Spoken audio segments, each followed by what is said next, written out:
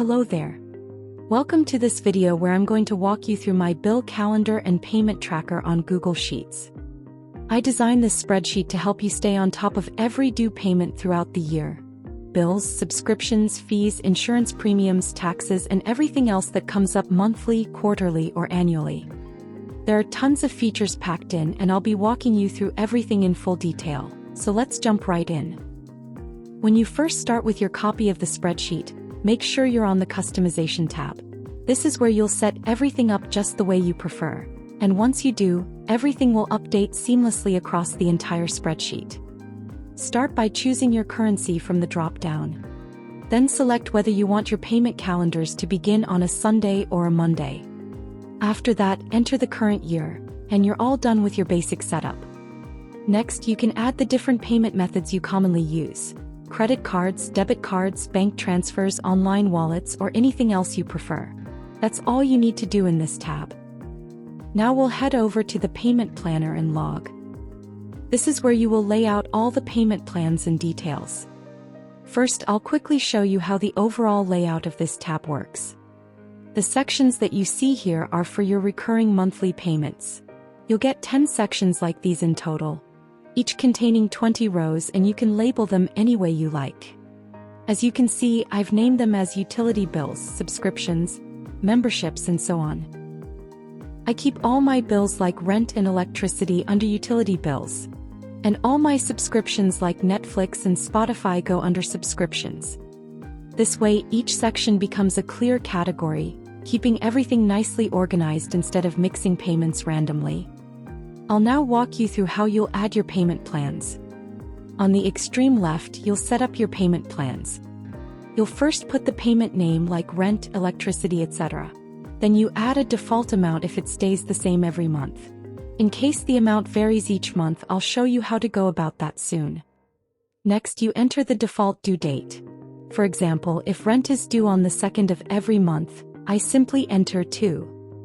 And finally, you can check this box if the payment is on autopay. I'll put down one sample payment for phone bills so you can see how this works. I'll enter the name of the payment, then the due amount. But let's say the due amount varies each month, like with electricity, water, and gas. In that case, I simply leave the default amount empty and fill in the exact amount due under each month in their respective columns. Then sometimes the due date can fall on a number like the 31st. Then the sheet adjusts it automatically for each month. January stays the 31st, but February becomes the 28th, since that's the last day of that month. And it continues the same way for all other months. So that's basically how you set up the schedule for recurring monthly payments. If at any point you need to adjust a due date or due amount for any particular month, you can update it manually like this, and everything transfers to their respective calendars. Now, there might be months when you don't need to make a payment. For example, with subscriptions you might decide to skip a few months. If that happens, all you need to do is select the month's plan for that payment and simply delete it. This way, it won't appear in the calendar for that month. Now I'll show you how to make your overall view a lot cleaner. Each section comes with 20 rows. If you don't need all of them, you can simply hide the empty rows to keep everything compact. You can also hide any extra sections from the 10 available sections which you don't need. This makes the whole tab much easier to work with. We'll now move on to the annual section. Here you can add all your annual payments, but it isn't limited to just once-a-year dues. You can include biannual payments, quarterly payments, or even miscellaneous one-time payments, like a loan from a friend, or short-term commitments like an EMI that runs for a few months. And since this section gives you 60 rows, you have plenty of space to list all your yearly, occasional, and irregular payments together.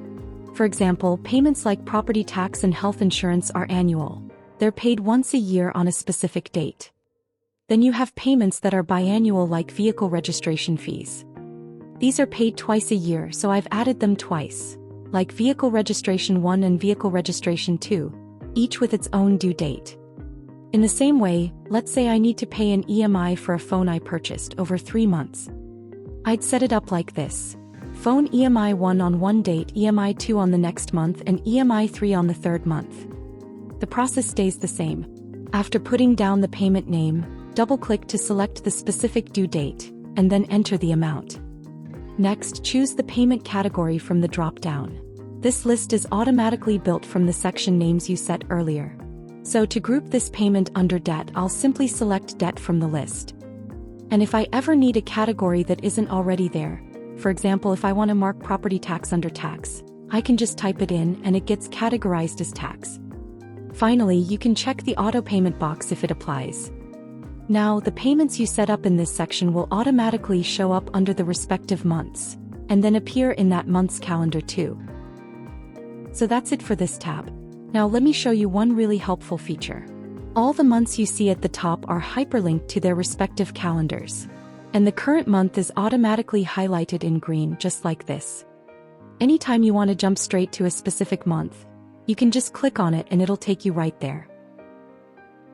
Here we are in the payment calendar for the current month. All the payment plans you set up earlier in the planner automatically appear here, each with its due amount placed on the correct date. The current date is always highlighted in green, so you know what's coming up and which payments you've already passed. You'll notice that the payments you marked as auto pay earlier appear in italics. When you complete a payment, you simply check them off like this. If you want to log any extra details, maybe a bill was slightly higher this month, or you paid less because of a discount, or perhaps you paid earlier than the due date, you can record all of that in the payment planner, which also works as your log. I'll show you that in just a moment. But before that, let me walk you through the fully automated stats.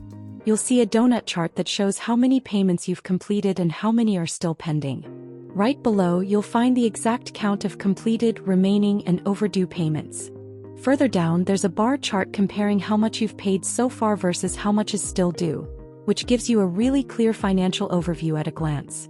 And below that, you'll see all the amounts listed out: total due, total paid, yet to be paid, and overdue amount. So in one place, you get a complete, clear snapshot of your month. Now we'll head back to the payment planner to record those extra details after completing payments. You can simply click on the month's name right here. It's hyperlinked, and it'll take you directly to that month's column in the planner. So now we'll log the details for the payment we just completed. Once you check off a payment in the calendar, it automatically gets highlighted here so you always know which ones are done. To record the details, I'll double-click to enter the exact payment date. If you paid past the due date, the date will highlight in red so you know it was a late payment. You'll notice that the payment amount is already filled in with the due amount. This saves you time. But if the amount was different than the due, you can simply overwrite it with what you actually paid. And finally, add the payment method. You can choose from the drop-down, or if you prefer, just add a new one directly and it will update flexibly. And that's it, you've fully logged the payment details. Now we'll head over to the quick links. Here you'll find hyperlinks that let you jump to any part of the spreadsheet, whether it's a specific section in the planner, any month in the layout, or a particular calendar. Just click and it takes you straight there. Now I'll go to the Annual Insights. The Annual Insights tab brings all your data for the year together in one place. It's designed to give you a clear picture of the bigger story whenever you want to look a little deeper or understand your patterns beyond the monthly view. Everything here updates automatically, so there's nothing you need to enter. It offers several ways to explore and understand your annual data. First up, there's the Annual Summary, which gives you a quick snapshot of your year. You'll see a bar chart comparing the total amount due for the entire year against how much you've already paid. You'll also find quick highlights, how many payments you've completed, the total number of missed payments, plus your average monthly due and average monthly payment. Next is the interactive breakdown. Here you can choose which month you want to view or simply select the entire year. Then using the second drop-down, you decide what you want to explore.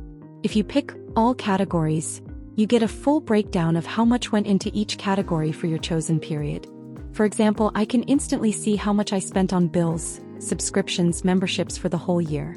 Or I can switch to a single month and look at just that month's data. You can also dive into one specific category, like subscriptions, and see the detailed due versus paid breakdown for that category alone. Below that, you'll find the trend charts, and these are interactive as well. The first chart lets you pick any individual payment from the drop-down.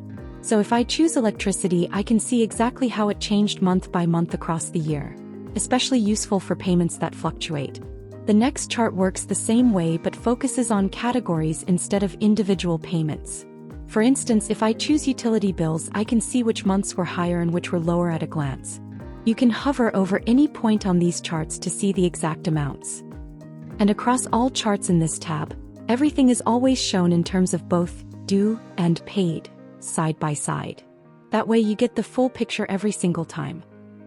This bill calendar and payment tracker has genuinely transformed how I manage my financial obligations. With my schedule constantly expanding, it gets really overwhelming to keep track of so many due dates and payment details, which is exactly why this tracker has become such a lifesaver for me. I truly hope it helps you the way it has helped me. Thank you so much for watching.